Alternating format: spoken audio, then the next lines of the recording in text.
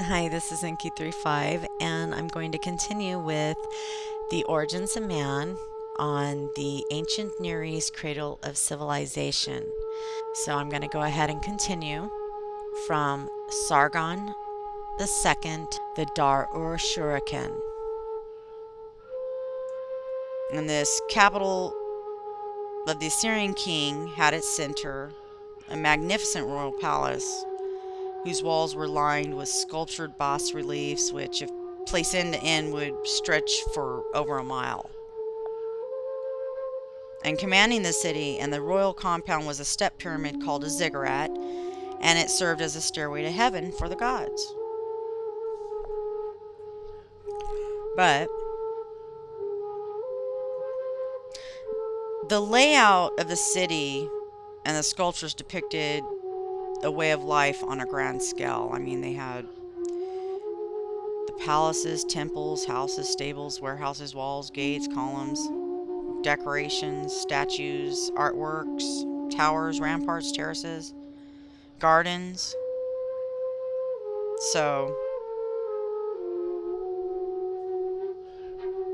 according to Georges Contenau, La vie quotidienne et Babylone et in Assyrie, which is everyday life in Babylon and Assyria, the imagination reels before the potential strength of an empire which could accomplish so much in such a short space of time some 3,000 years ago.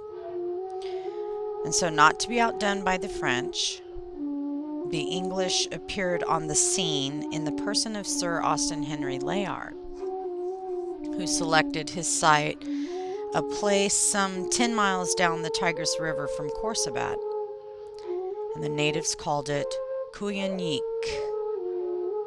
It turned out to be the Assyrian capital of Nineveh. Biblical names and events had begun to come to life. Now, Nineveh was the royal capital of Assyria under its last three great rulers, which were Sennacharib, Esarhaddon, and Ashurbanipal. And in the 14th year of the king Hezekiah, did Sennacherib, king of Assyria, come up against all the walled cities of Judah, relates the Old Testament, 2 Kings 18:13.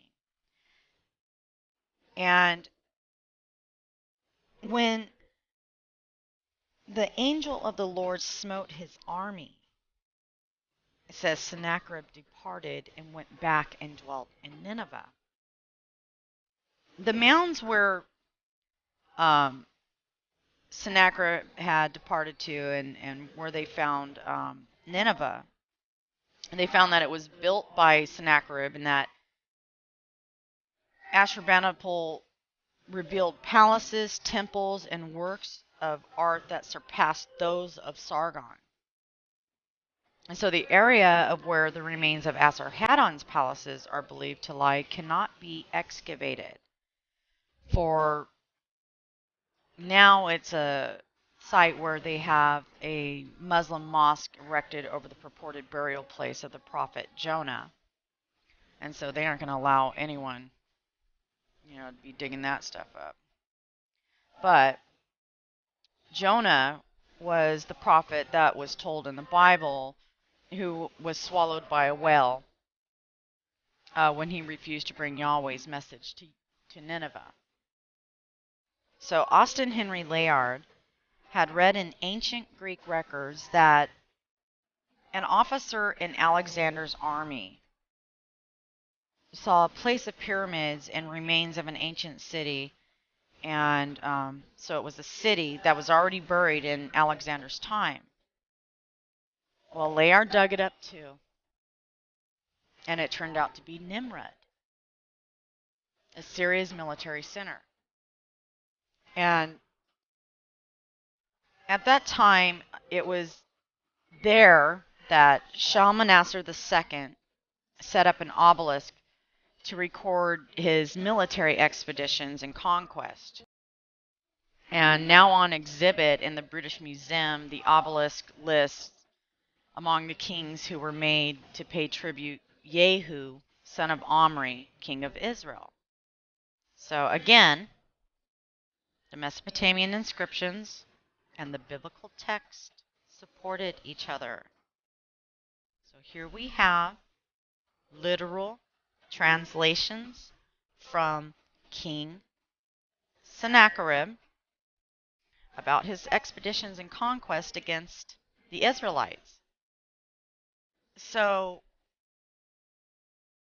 the corroboration of the biblical narratives and archaeological finds, the Syriologists, and that's what they call them now, they turn to the chapter of the book of Genesis, and there, in the 10th chapter, Nimrod, a mighty hunter of the grace of Yahweh, was described as the founder of all the kingdoms of Mesopotamia. This gets even more interesting because who is Nimrod? So, this is what it says in the 10th chapter. And the beginning of his kingdom, Babel and Erech and Akkad, all in the land of Shinar, which is Sumer, out of the land that emanated Asher, where Nineveh was built, a city of wide streets, and Calah and Resen, the great city, which is between Nineveh and Calah. So there were mounds that were found, and the natives called Calah, lying between Nineveh and Nimrod. And when teams under W. Andrea excavated the area from 1903 to 1914, they uncovered the ruins of Asher, the Assyrian religious center and its earliest capital. And of all the Assyrian cities mentioned in the Bible, only Resen remains to be found. The name Resen itself actually means horse's bridles, so it probably actually was a location of royal stables of Assyria, which makes sense if it's named horse's bridle. At the same time as Asher was being excavated, teams under R. Koldeway were completing the excavation of Babylon, the biblical Babel, a vast place of palaces, temples, hanging gardens, and in the biblical Babel, it had the inevitable ziggurat. So, before long, artifacts and inscriptions unveiled the history of the two competing empires of Mesopotamia and Babylonia and Assyria, the one centered in the south and the other in the north. And rising and falling and fighting and coexisting, the two constituted a high civilization that encompassed some 1,500 years, both rising circa 1900 BC. And Asher and Nineveh were finally captured and destroyed by the Babylonians in 1614 and 612 BC, respectively. As predicted by the biblical prophets, Babylon itself came to an inglorious end when Cyrus, the Achaemenid, conquered it in 539 BC. So, Isaiah and the Bible said that Cyrus was going to do this.